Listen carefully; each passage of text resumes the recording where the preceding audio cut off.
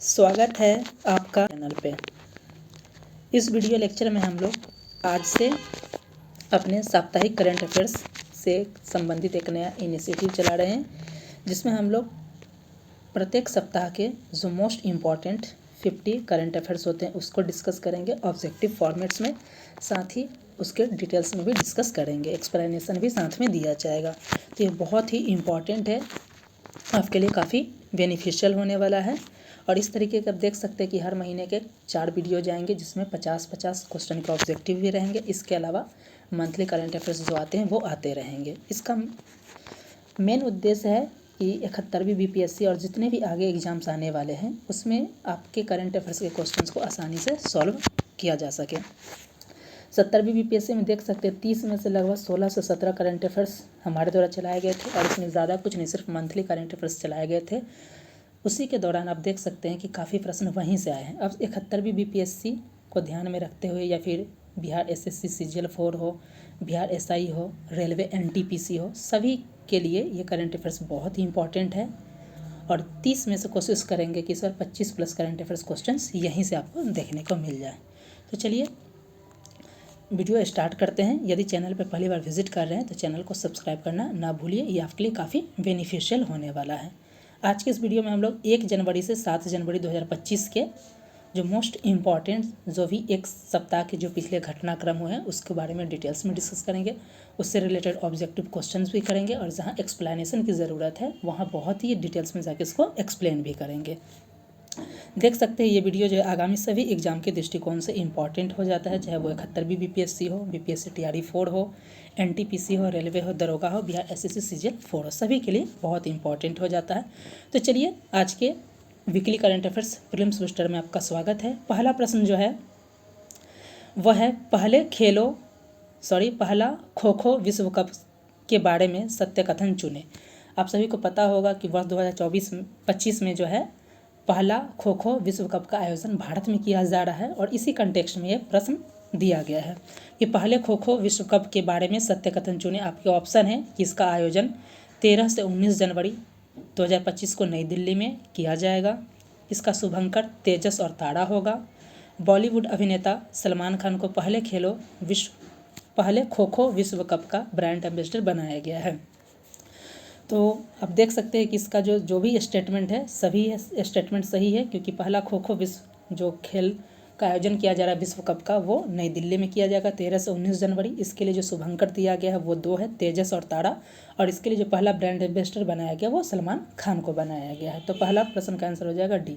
अभी हाल ही में खेल पुरस्कार की घोषणा की गई, जिसमें अर्जुन पुरस्कार, खेल रत्न पुरस्कार, द्रोणाचार्य पुरस्कार सभी के बारे में डिटेल्स में डिस्कस किया गया है, और इससे संबंधित एक अलग से वीडियो बनाया गया है डेली करंट अफेयर्स से संबंधित। आप उस वीडियो को जाकर देख लीजिएगा, बहुत ही बेनिफिशियल होने वाला। साथ ही हमने उसमें यूपीएससी से संबंधित जो प्रीवियस ईयर में क्वेश्चन पूछे गए थे उसको भी हमने डिस्कस किया है, तो आप जाकर देख लीजिएगा, लिंक डिस्क्रिप्शन में मिल जाएगा, आपके लिए काफ़ी बेनिफिशियल होने वाला है। तो वही खेल रत्न से संबंधित जो घोषणा किया गया वर्ष 2025 के लिए, 24 के लिए 2025 में घोषणा किया गया, तो उसके बारे में हम लोग डिटेल्स में देख लेते हैं कि किस प्रकार के प्रश्न पूछे जा सकते हैं। तो दूसरा नंबर जो प्रश्न है, खेल रत्न पुरस्कार 2024 में कितने एथलीटों को सम्मानित किया जाएगा। आपके ऑप्शन है ए 2, ऑप्शन बी 3, ऑप्शन सी 4 और ऑप्शन डी 6। तो खेल रत्न पुरस्कार 2024 से सम्मानित जो किया जाएगा, इस बार 4 खिलाड़ी को किया गया, 4 एथलीट को जो है वर्ष 2024 में खेल रत्न से सम्मानित किया जाएगा। और ये 4 कौन कौन है उसको आप लोग देख लेते हैं। तो इसे आप देख सकते हैं ये 4 कौन कौन है, इसका डिटेल्स वीडियो अलग से बनाया गया, आप इसे देख सकते हैं ये 4 खिलाड़ी कौन है और इनका किस खेल से संबंधित है। तो पहले है श्री गुकेश डी, ये शतरंज से संबंधित है। दूसरा है श्री हरमनप्रीत सिंह, जिन्हें हॉकी से संबंधित है। ये श्री प्रवीण कुमार, ये पैरा एथलेटिक्स है। और सुश्री मनु भाकर, ये निशानेबाजी से संबंधित है। 3 पुरुष 1 महिला को जो है वर्ष 2024 के लिए टोटल 4 खिलाड़ी को जो है खेल रत्न पुरस्कार से सम्मानित किया गया है। चलते हैं नेक्स्ट प्रश्न, उसी से संबंधित है कि इनमें से किस खिलाड़ी को वर्ष 2024 के लिए मेजर ध्यानचंद खेल रत्न पुरस्कार से सम्मानित नहीं किया गया है। तो अभी हमने डिस्कस कर लिया है कि पहला गुकेश डी को मिला है, हरमनप्रीत सिंह को भी मिला है, प्रवीण कुमार को मिला, और चौथी जो थी मनु भाकर को मिला। तो इसमें पूछा जा रहा है कि किन्हें सम्मानित नहीं किया गया है, तो ये डी हो जाएगा, नवदीप सैन सिंह को। इस पॉइंट को याद रखिएगा। चलते हैं नेक्स्ट क्वेश्चंस की तरफ। अर्जुन खेल पुरस्कार 2024 से कितने एथलीटों को सम्मानित किया गया है? आपके ऑप्शन है A 30, option B 34, option C 40, option D 50। तो जो अर्जुन खेल पुरस्कार से जो सम्मानित किया गया है लगभग 34 खिलाड़ी को दिया गया है और 2 कैटेगरी में दिया, 32 + 2, 2 को आजीवन कैटेगरी में दिया गया और 32 को रेगुलर कैटेगरी में दिया। तो टोटल जो है 34 खिलाड़ी को जो है अर्जुन पुरस्कार से सम्मानित किया गया है। उसका वीडियो बना दिया गया, आप जाकर देख लीजिएगा। 7 से 8 मिनट का वीडियो आपके लिए काफ़ी बेनिफिशियल होने वाला है। नेक्स्ट क्वेश्चन है कि द्रोणाचार्य पुरस्कार 2024 से कितने कोच को सम्मानित किया गया? द्रोणाचार्य पुरस्कार जो होता है वो कोच को दिया जाता है। वर्ष 2024 में कितने कोच को दिया गया है? तो इसका राइट आंसर हो जाएगा ऑप्शन नंबर बी, 5 कोच को दिया गया है, जिसमें से 3 को और 2 को, 2 को आजीवन श्रेणी में और 3 को नियमित श्रेणी में दिया गया। इसका हमने डिटेल्स में डिस्कस कर लिया है। दोस्तों, यदि चैनल पे पहली बार विजिट कर रहे हैं और किसी भी गवर्नमेंट एग्जाम की तैयारी कर रहे हैं, चाहे वो आप 70वीं 71वीं बीपीएससी हो, TRE 4 हो, रेलवे हो, दरोगा हो, NTPC हो, तो सभी के लिए आप चैनल को फॉलो कर सकते हैं। ये आपके लिए काफ़ी बेनिफिशियल होने वाला है। हमारे चैनल पे करंट अफेयर्स की तैयारी के साथ साथ आप देख सकते हैं Indian polity, Bihar geography, Bihar history, उसके अलावा जो है जनरल साइंस, सभी सब्जेक्ट की तैयारी कराई जा रही है। कंप्यूटर साइंस की भी तैयारी कराई जा रही है और बहुत जल्दी हिस्ट्री के भी सीरीज स्टार्ट किए जाएंगे, तो आप जरूर कर इसका लाभ उठा सकते हैं। चलते हैं नेक्स्ट क्वेश्चन की तरफ। नेक्स्ट क्वेश्चन है 6 नंबर की, भारत का पहला ग्लास सी ब्रिज किस राज्य में अनावरण किया गया है? आपके ऑप्शन है ए Tamil Nadu, option B Uttar Pradesh, option C Bihar और ऑप्शन डी महाराष्ट्र। तो इसका राइट आंसर जो हो जाएगा ये हो जाएगा तमिलनाडु में किया गया है भारत का पहला ग्लास सी ब्रिज का। अब इसका एक्सप्लेनेशन देख लेते हैं कि तमिलनाडु के कन्याकुमारी में जो है भारत के पहले ग्लास सी ब्रिज का उद्घाटन किया गया है और जो एक तिरुवल्लुर की प्रतिमा है 133 फुट, उससे के आसपास इसका उद्घाटन किया गया है। चलते हैं नेक्स्ट क्वेश्चन की तरफ।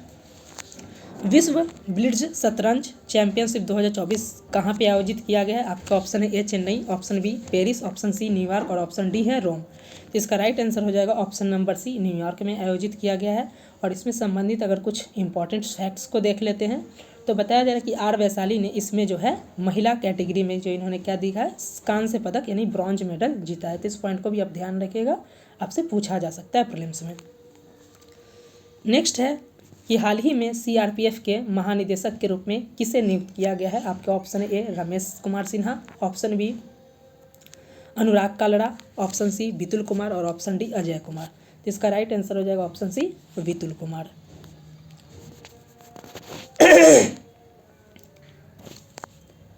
नेक्स्ट क्वेश्चन है कि जम्मू कश्मीर और लद्दाख थ्रू द एजेस पुस्तक का विमोचन किसके द्वारा किया गया है?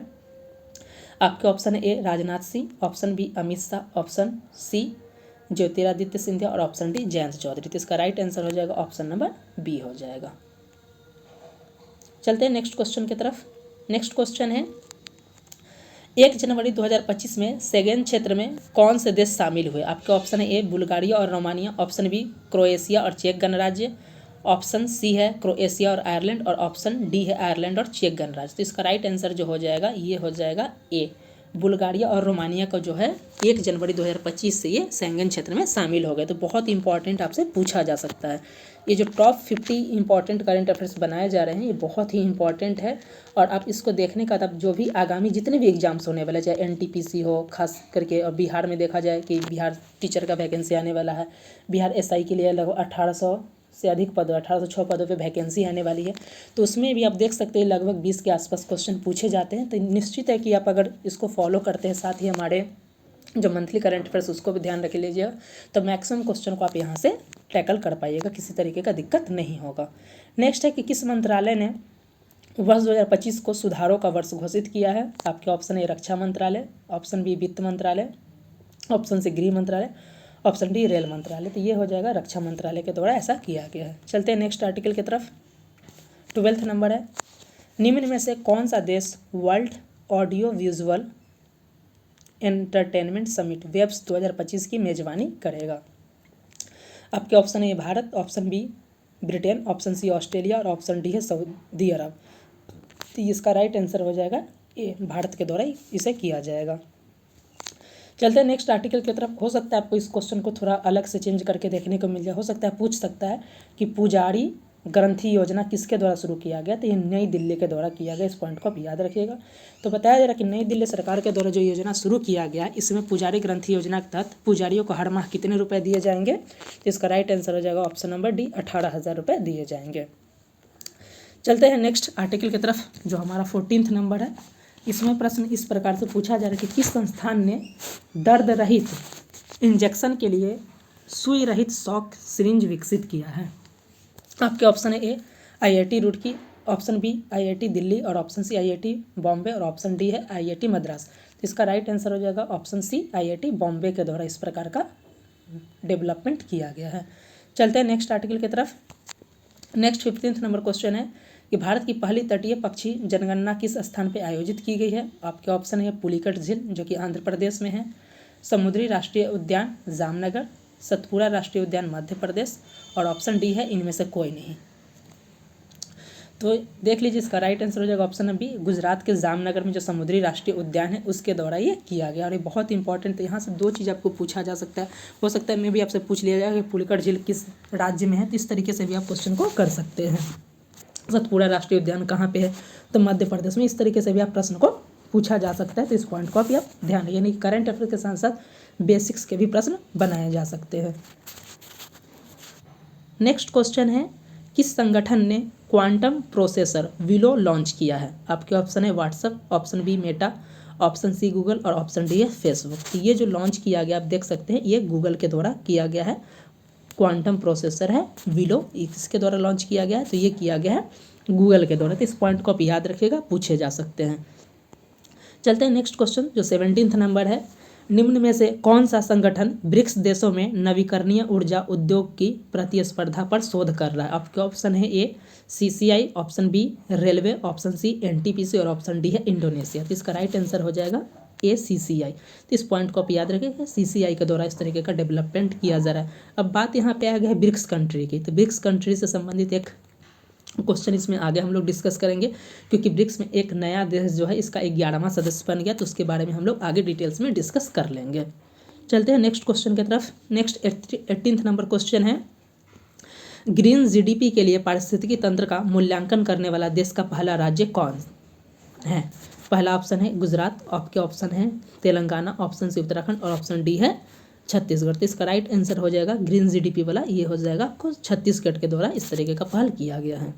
चलते हैं नेक्स्ट आर्टिकल की तरफ। भारत और नेपाल के मध्य सूर्य किरण सैन्य अभ्यास का 18वां संस्करण का आयोजन कहाँ पे किया गया? आपके ऑप्शन है A Salajhandi Nepal, option B Himachal Pradesh Bharat, option C Rajasthan Bharat, option D Kathmandu Nepal. तो इसका राइट आंसर हो जाएगा सलझंडी नेपाल में। ये नेपाल में आयोजित किया गया है। और ये सूर्य किरण युद्धाभ्यास किसके बीच में आयोजित किया जाता है? तो इस पॉइंट से भी आप कर सकते हैं कि भारत और नेपाल के मध्य किया जाता है, और इस वर्ष जो इसका किया गया है ये इसका 18वां संस्करण है। चलते हैं नेक्स्ट आर्टिकल की तरफ, जो 20वां नंबर क्वेश्चन है। नेशनल बर्ड्स डे, राष्ट्रीय पक्षी दिवस कब मनाया जाता है? तो ये आपके ऑप्शन है ए 1 जनवरी, ऑप्शन बी 3 जनवरी, ऑप्शन सी 5 जनवरी, और ऑप्शन डी 7 जनवरी। तो इसका राइट आंसर हो जाएगा ऑप्शन नंबर सी, 5 जनवरी को यह नेशनल बर्ड्स डे मनाया जाता है। चलते हैं नेक्स्ट आर्टिकल की तरफ। नेक्स्ट आर्टिकल है कि हाल ही में किसके नेतृत्व में मूल्य सूचकांक के आधार पर वर्ष को संशोधित करने के लिए एक समिति का गठन किया गया? आपका ऑप्शन है Amitabh Kant, option B Ramesh Chandra, option C Rajiv Kumar, और ऑप्शन डी है नंदन नीलेकेनी। तो इसका राइट आंसर हो जाएगा रमेश चंद्र के द्वारा जो है इस तरीके का पहल किया गया। अब देख लेते इसका एक्सप्लेनेशन, क्योंकि बहुत इंपॉर्टेंट है, और देख लीजिएगा निश्चित ये प्रकार के ये जो प्रश्न है आपको एग्जाम से देखने को मिलेंगे। तो बताया जा रहा है कि नीति आयोग के सदस्य रमेश चंद्र, इनके द्वारा जो है थोक मूल्य सूचकांक, जिसका आधार वर्ष पहले क्या था? तो 2011-12 था। अब उसको बढ़ाकर क्या करना है? तो उसको 2022-23 करने के लिए एक समिति का गठन किया गया है रमेश चंद्र की अध्यक्षता में। और ये बहुत इंपॉर्टेंट, आपसे पूछा जा सकता है कि रमेश चंद्र समिति का संबंध किससे है? तो जो थोक मूल्य सूचकांक है उसका आधार वर्ष को 2011 से बढ़ाकर 2022-23 करने के लिए किया गया है। तो ये बहुत इंपॉर्टेंट है और निश्चित आपसे एग्जाम से पूछे जाएंगे। नेक्स्ट 22 नंबर क्वेश्चन है। इसमें पूछा जा रहा है कि प्रोजेक्ट विस्तार पहल का उद्देश्य डिजिटलीकरण के माध्यम से कृषि विस्तार प्रणाली को बेहतर बनाना है। इसकी शुरुआत कृषि एवं किसान मंत्रालय ने किस संस्थान के साथ मिलकर किया है? आपके ऑप्शन है IIT Madras, option B IIT Delhi, option C IIT Kanpur, और option D none of the above. तो इसका राइट आंसर हो जाएगा IIT मद्रास के द्वारा इस प्रकार का पहल किया गया है। चलते हैं नेक्स्ट आर्टिकल की तरफ। इससे पहले यदि आपको इसका PDF चाहिए तो इसके लिए हमारे टेलीग्राम को ज्वाइन कर लीजिएगा, वहाँ से आपको PDF मिल जाएगा। साथ ही जितने भी सब्जेक्ट को हम लोग कवर कर रहे हैं उसका जो भी PDF चाहिए तो उसके लिए टेलीग्राम को ज्वाइन कर लीजिएगा, वहाँ पे PDF आपको मिलता रहेगा। नेक्स्ट 23rd नंबर क्वेश्चन है इस प्रकार का है कि 31वीं राष्ट्रीय बाल विज्ञान कांग्रेस का आयोजन मध्य प्रदेश के भोपाल में किया जा रहा है, इसका विषय क्या है। आपसे इस प्रकार से पूछा जा सकता है कि 31वीं राष्ट्रीय बाल विज्ञान कांग्रेस का आयोजन कहाँ पे किया गया, तो मध्य प्रदेश के भोपाल में किया गया है। तो इसका विषय पूछा जा रहा है, आपके ऑप्शन है स्वास्थ्य और कल्याण के लिए पारिस्थितिकी तंत्र को समझना, विकसित भारत में योगदान, ऑप्शन सी भारत का भविष्य। तो इसका राइट आंसर हो जाएगा ए, ये हो जाएगा स्वास्थ्य और कल्याण के लिए पारिस्थितिकी को समझना। चलते हैं नेक्स्ट आर्टिकल की तरफ। 24th नंबर क्वेश्चन है भारतीय राष्ट्रीय कांग्रेस पार्टी का जय बापू जय भीम जय संविधान अभियान की शुरुआत की गई है, इसके संबंध में सत्य कथन चुनें। आपके ऑप्शन है यह जो अभियान है 3 जनवरी से 26 जनवरी तक चलेगा। साथ ही इसका समापन जो है भीमराव अंबेडकर की जन्मस्थली मध्य प्रदेश के महू में होगा।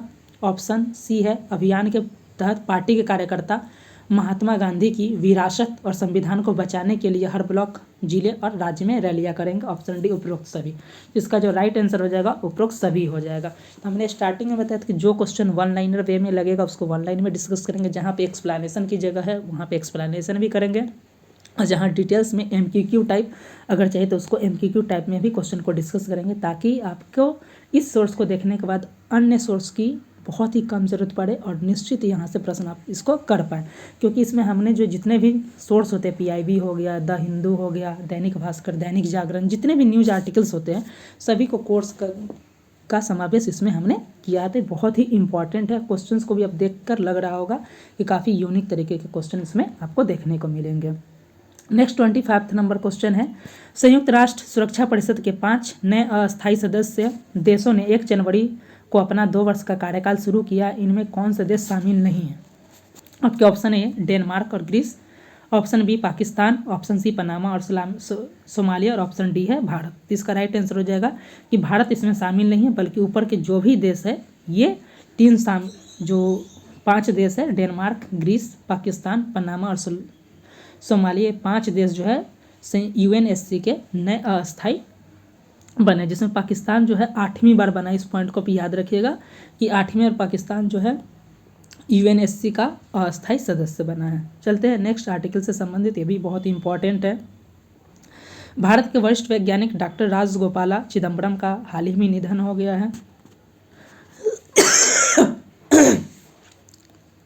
है कि उनसे संबंधित कुछ स्टेटमेंट दिए जाएंगे और पूछा जा सकता है प्रश्न, तो उनके संबंध में सत्य कथन चुने।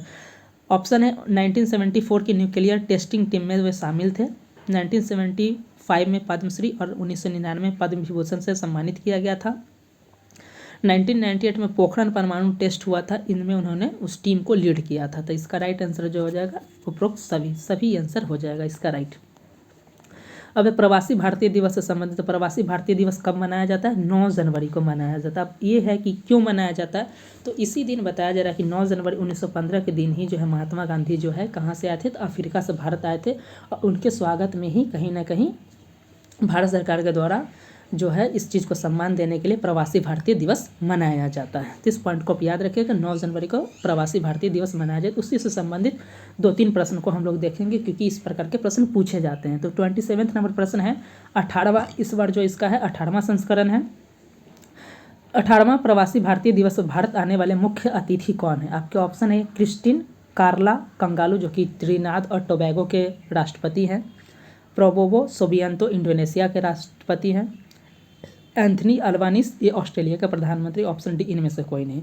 इसका राइट आंसर हो जाएगा ये है क्रिस्टिन कार्लो कंगालू, ये त्रिनाद और टोबैगो के हैं, जो कि इस बार के जो है प्रवासी भारतीय दिवस के मुख्य अतिथि। बहुत इंपॉर्टेंट है, पूछा जा सकता है। वहीं बात किया जाए कि प्रोबोवो सोबियांतो जो इंडोनेशिया के, ये गणतंत्र दिवस के मुख्य अतिथि, इस पॉइंट को याद रखिएगा। इंडोनेशिया के जो राष्ट्रपति है प्रोबोवो सोबियांतो, ये क्या है? गणतंत्र दिवस के मुख्य अतिथि। तो बहुत ही इंपॉर्टेंट है, इस पॉइंट को याद रखिएगा। अब पूछा जा सकता है प्रवासी भारतीय दिवस के तो कौन है? ये क्रिस्टिन कंगालू हैं, जो कि त्रिनाद और टोबैगो के हैं। अब उसी से संबंधित एक प्रश्न है कि 18वां प्रवासी भारतीय दिवस का थीम क्या है। आपके ऑप्शन है विकसित भारत में प्रवासी भारतीयों का योगदान, नेक्स्ट है भारतीयों के लिए ऑप्शन सी है भविष्य है तैयार, और ऑप्शन डी इनमें से कोई नहीं। तो इसका राइट आंसर हो जाएगा ऑप्शन नंबर ए विकसित भारत में प्रवासियों का योगदान।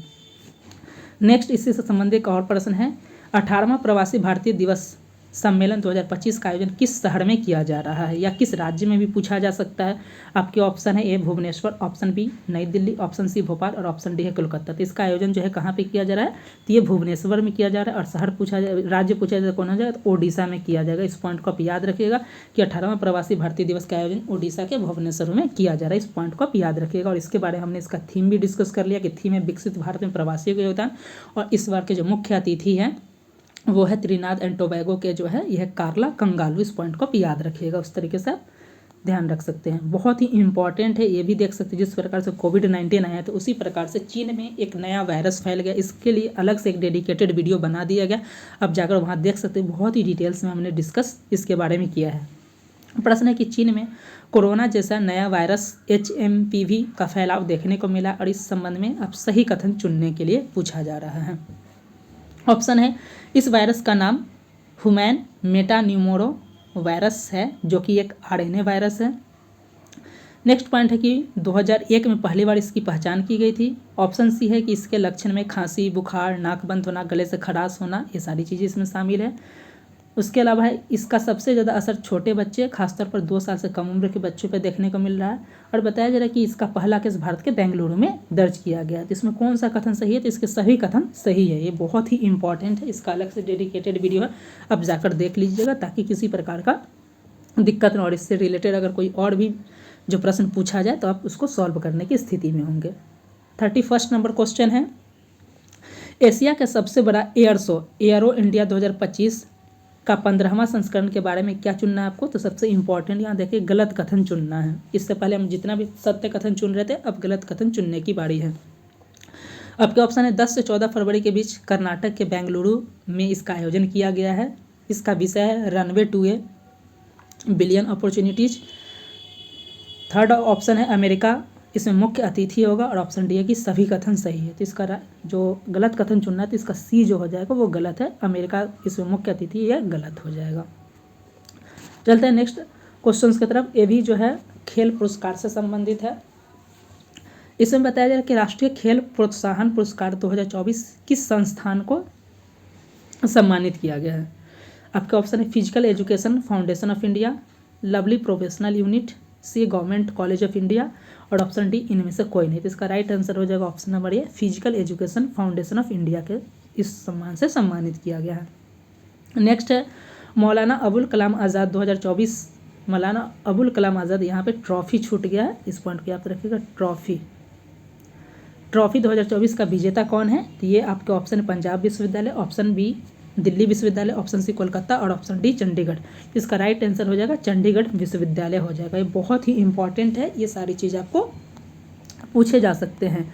नेक्स्ट है कि भारतीय क्रिकेट कंट्रोल बोर्ड के अगले सेक्रेटरी कौन होंगे। आपका ऑप्शन है Rahul Dravid, option B Devajit Saikia, option C है सोहना मुखर्जी और ऑप्शन डी है इनमें से कोई नहीं।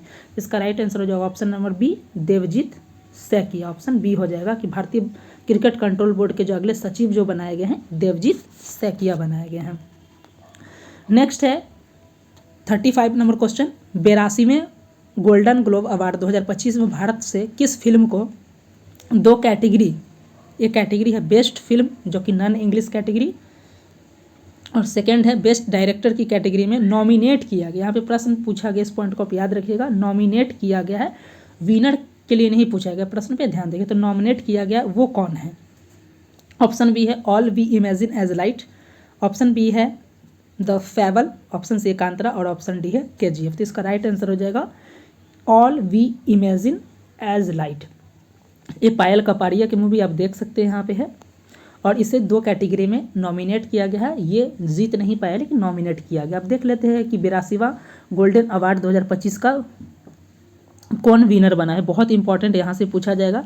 तो गोल्डन ग्लोब 2025 की बात किया जाए तो बेस्ट फिल्म जो ड्रामा कैटेगरी में दिया गया द ब्रूटलिस्ट को दिया गया है। Best actor motion picture drama के लिए यह एड्रियन ब्रांडी ब्रॉडी, इनकी फिल्म द ब्रूटलिस्ट के लिए दिया गया। Best female actor motion picture के लिए फर्नांडा टोरेस, इनकी जो फिल्म थी I am still here. Best female actress है डेमी मूर। आपका इसका डिटेल चाहिए तो इसका पीडीएफ मिल जाएगा, वहाँ से आप जाकर डिटेल्स में देख लीजिएगा, जो जो इंपॉर्टेंट है उसको देख लेते। बेस्ट मेल एक्टर है सेबियस्टन स्टेन। बेस्ट स्क्रीन प्ले ये सब नहीं। बेस्ट डायरेक्टर आपसे पूछा जा सकता है, ब्रैडी कॉर्बेट द ब्रूटलिस्ट के लिए दिया गया है।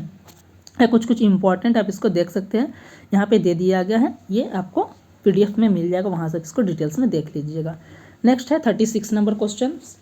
इसमें पूछा जा रहा है कि भारत सरकार के गृह मंत्रालय ने अंतर्राष्ट्रीय छात्रों के लिए 2 स्पेशल कैटेगरी के वीज़ा शुरू किए गए हैं। ये हैं, इनमें से चुनना कि ये 2 स्पेशल वीज़ा क्या है। आप सभी को पता होगा कि भारत सरकार के द्वारा एक पहल किया गया है, बजट में देख सकते स्टडी इन इंडिया। उसके तहत जो क्या किया जा रहा है, भारत में विदेशी कैंपस भी खोले जा रहे हैं, साथ में विदेशी छात्र को भी भारत में बुलाया जाए, तो उसके लिए एक अलग तरीके का 2 वीज़ा स्टार्ट किया गया। पूछा जा रहा है ये 2 वीज़ा कौन है। आपके ऑप्शन ई स्टूडेंट वीज़ा और दूसरा E student X visa, option B है study visa at Shiksha Darpan, option C है भारत स्टडी और दूसरा आया सीखे। तो इसका राइट आंसर हो जाएगा ई स्टूडेंट वीज़ा और ई स्टूडेंट एक्स वीज़ा। ये स्टूडेंट वीज़ा को जो है स्टार्टिंग 5 साल के लिए ओपन किया गया, बाद में इसके टाइम ड्यूरेशन को बढ़ावा दिया जाएगा और इसका मूल उद्देश्य है स्टडी इन इंडिया में बढ़ावा देना। चलते हैं नेक्स्ट 37 नंबर क्वेश्चन है, वर्ष 2025-26 के लिए ग्रेट प्लेस टू वर्क यानी काम के लिए उत्कृष्ट संस्थान का सर्टिफिकेट किस कंपनी को मिला। आपका ऑप्शन है SAIL, option B NTPC, option C वेल, ऑप्शन डी रेलवे। तो इसका राइट आंसर हो जाएगा option number A SAIL. SAIL को ये बेस्ट स्थान जो मिला है कि बेस्ट प्लेस है जहाँ पे काम किया जा सकता है। दोस्तों आप देख रहे होंगे कि जो क्वेश्चन जहाँ जरूरी था 1 लाइनर में, वहाँ 1 लाइनर में हमने डिस्कस किया, जहाँ एक्सप्लेनेशन था वहाँ एक्सप्लेनेशन भी किए और सारा चीज़ को हमने डिटेल्स में डिस्कस कर लिया है। ये वीकली करंट अफेयर्स है, इसके अलावा मंथली करंट अफेयर्स भी आएंगे, बिहार स्पेशल करंट अफेयर्स भी चलाए जाएंगे। तो ये बहुत ही इंपॉर्टेंट, आप जुड़कर इसका लाभ उठा सकते हैं। जो भी क्वेश्चन इसमें किया जा रहा है वो बहुत ही यूनिक है, आपको कहीं ना कहीं एग्जाम्स में इस प्रकार के प्रश्न देखने को मिलेंगे, चाहे आने वाले वैकेंसी रेलवे एनटीपीसी हो, बिहार दरोगा हो, 71वीं बीपीएससी हो, रेलवे हो, सभी के लिए बहुत इंपॉर्टेंट है। 38 नंबर क्वेश्चन है कि संतोष ट्रॉफी 2024 का विजेता कौन है। आपके ऑप्शन है Paschim Bangal, option B Hyderabad, option C Odisha और ऑप्शन डी तमिलनाडु। तो इसका विजेता जो है ये पश्चिम बंगाल है, इस पॉइंट को याद रखिएगा। नेक्स्ट है कि अभी हाल ही में घोषणा किया गया है कि लोकपाल दिवस मनाया जाएगा, तो बताया जा रहा है कि पहला लोकपाल दिवस कब मनाया जाएगा और ये पहली बार मनाया जा रहा है, इसकी घोषणा की गई कि इस दिवस को मनाया जाएगा। आपके ऑप्शन है 5 जनवरी, ऑप्शन बी 10 जनवरी, ऑप्शन सी है 16 जनवरी, ऑप्शन डी है 20 जनवरी। तो राइट आंसर हो जाएगा 16 जनवरी को, यानी कि जो लोकपाल दिवस है कब मनाया जाएगा, तो 16 जनवरी को मनाया जाएगा। और भारत के पहले लोकपाल कौन थे, तो पीसी घोष थे। कौन थे, पिनाकी चंद्र घोष थे, इस पॉइंट को आप याद रखिएगा। वहीं भारत के जो है दूसरे लोकपाल की बात किया जाए कि भारत के जो सेकेंड लोकपाल हैं ये कौन है, हमने इसको डिस्कस भी किया था, लेटेस्ट अपन एम खानविलकर जो है ये बहुत इंपॉर्टेंट है, इस पॉइंट को आप याद रखिएगा कि भारत के पहले लोकपाल थे पिनाकी चंद्र घोष और दूसरे वाले को हमने बता दिया। नेक्स्ट है कि चित्रकूट में रामायण पार्क बनाने की घोषणा किस राज्य सरकार के द्वारा की गई। आपका ऑप्शन है उत्तर प्रदेश, ऑप्शन बी है मध्य प्रदेश, ऑप्शन सी है बिहार और ऑप्शन डी है कर्नाटक। तो ऐसा घोषणा जो है मध्य प्रदेश के सरकार के द्वारा किया गया है कि यहाँ पे रामायण पार्क बनाया जाएगा, ये बहुत इंपॉर्टेंट है।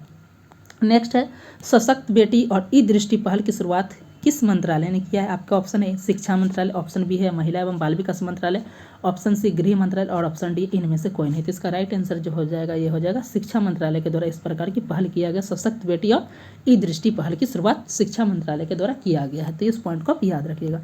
चलते हैं नेक्स्ट, बहुत इंपॉर्टेंट है, पंचायत से संसद 2.0 कार्यक्रम के संबंध में असत्य कथन चुने। यहाँ पे कौन चुना है, गलत कथन चुनने की बात की जा रही है।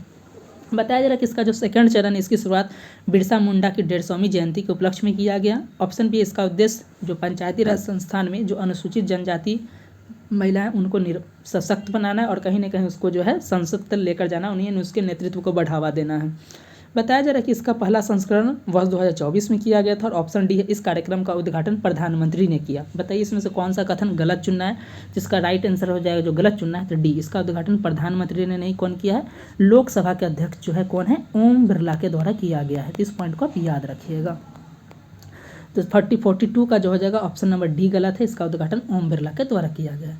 नेक्स्ट है, हमने बताया था स्टार्टिंग में कि ब्रिक्स से संबंधित एक क्वेश्चन को हम लोग डिटेल्स में डिस्कस करेंगे। यहाँ पे पूछा जा रहा है कि ब्रिक्स का नवीनतम या 11वें सदस्य कौन बन गया। अगर बात की जाए पहला नंबर ब्रिक्स का, तो ये एब्रीविएशन है, 5 देश इसमें शामिल थे स्टार्टिंग में, ब्राज़ील, रूस, इंडिया, चीन और साउथ अफ्रीका। स्टार्टिंग में क्या था, ये ब्रिक था, सॉरी ये ब्रिक था। 2008 में ये ब्रिक ही था। 2009 में आप सभी को पता होगा, कहीं 2009 बताता है तो कहीं 10 बताया जाता है, तो साउथ अफ्रीका इसमें शामिल होता है। तब ये क्या हुआ, ब्रिक्स से ये ब्रिक्स बन गया।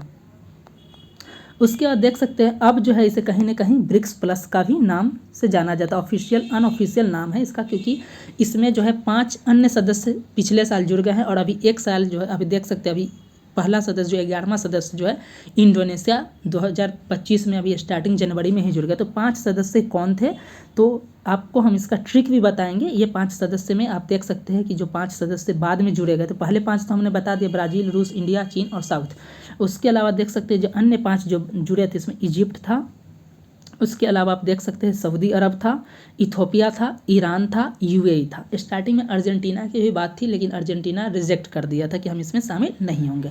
और अभी 11वां सदस्य के रूप में जो इसमें जो शामिल किया गया, ही प्रश्न पूछा गया, ये है इंडोनेशिया।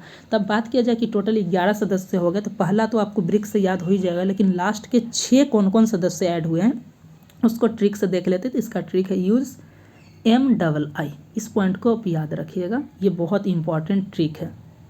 यू से आप देख सकते हैं यहाँ पे यूएई हो जाएगा,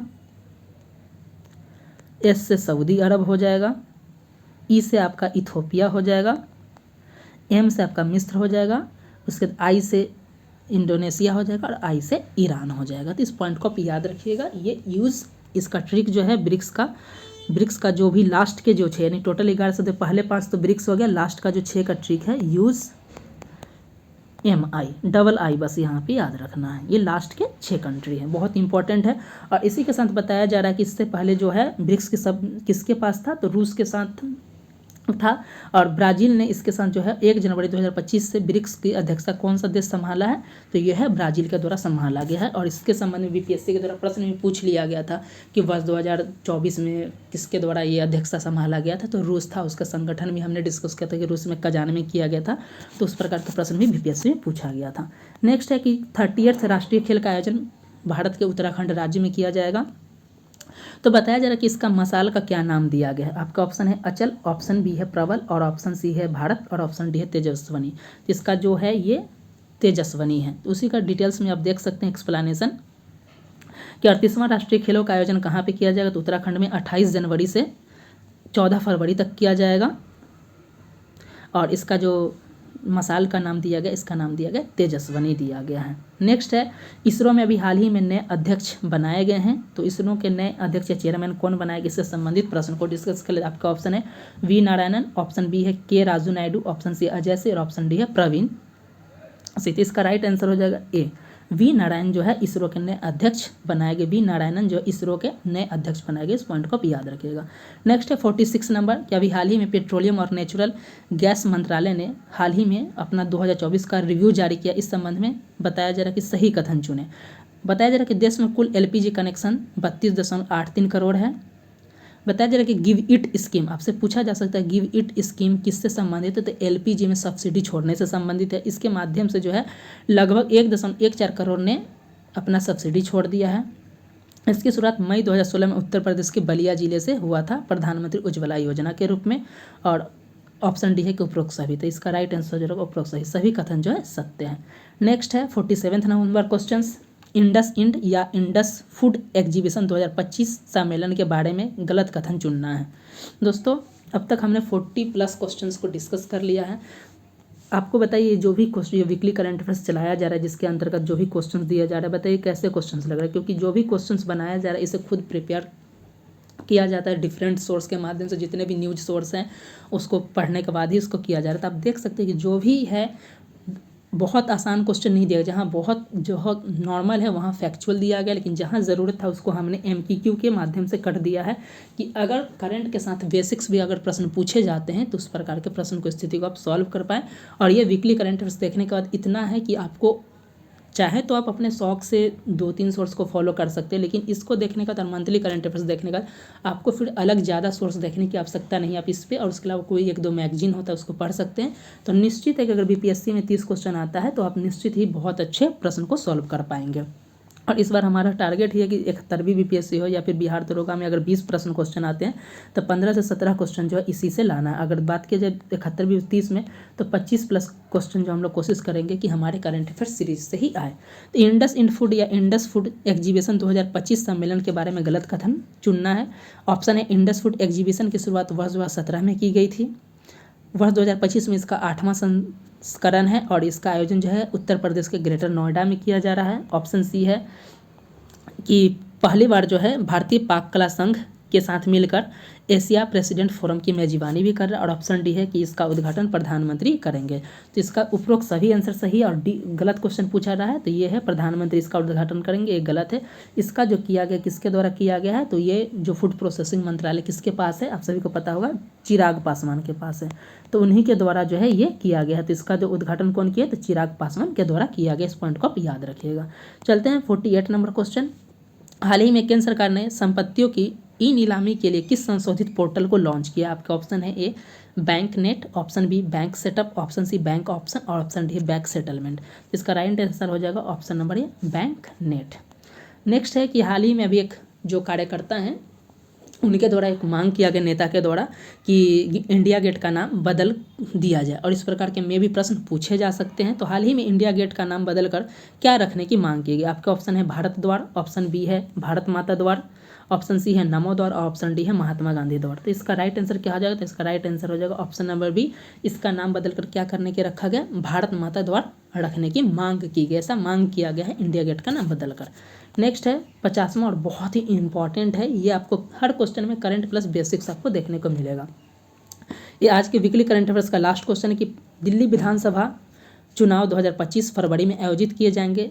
दिल्ली विधानसभा के संबंध में सत्य कथन चुने। आपका ऑप्शन है दिल्ली विधानसभा में कुल 70 सीट है, ऑप्शन बी विधानसभा चुनाव के साथ साथ यहाँ उपचुनाव भी फरवरी में ही होंगे 5 फरवरी को, और ऑप्शन सी है कि 70वां संविधान संशोधन अधिनियम 1992 के तहत जो राष्ट्रीय राजधानी क्षेत्र है दिल्ली और पुडुचेरी जो कि ये दोनों यूनियन टेरिटरी हैं, इन्हें जो है राष्ट्रपति के निर्वाचक मंडल में भी शामिल किया गया है। और ऑप्शन डी उपरोक्त सभी। तो क्या सही हो जाएगा?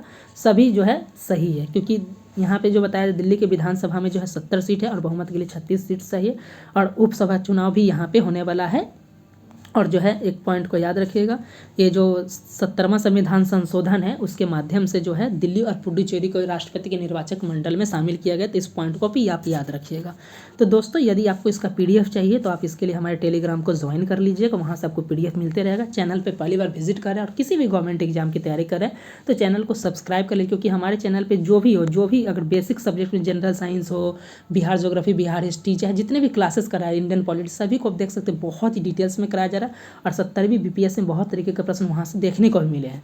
और करंट अफेयर्स में देख सकते हैं कि monthly current affairs, sectional current affairs में अपॉइंटमेंट, बुक जितने भी होते हैं इंपॉर्टेंट सभी को डिस्कस किया जाता है। और इसका सोर्स आप देख सकते हैं कि कई सोर्स का समावेश आपको एक जगह देखने को मिल जाता है, जैसे PIB हो गया, द हिंदू हो गया, दैनिक भास्कर हो गया, दैनिक जागरण, हिंदुस्तान टाइम्स, सभी का इसमें जो है इंक्लूड करके आपके लिए कराया जाता है। चाहे आप देख सकते हैं, इसके लिए काफ़ी बेनिफिशियल होने वाला। तो चैनल पे विजिट कर रहे हैं तो आप इसको सब्सक्राइब कर लीजिएगा, क्योंकि आपके लिए काफ़ी बेनिफिशियल होने वाला। और पीडीएफ के लिए टेलीग्राम को ज्वाइन कर लीजिएगा, इसका पीडीएफ वहाँ पे डाल दिया जाएगा, आप वहाँ से करके प्रैक्टिस कर सकते हैं। तो मिलते हैं नेक्स्ट वीडियो के साथ, तब तक के लिए धन्यवाद।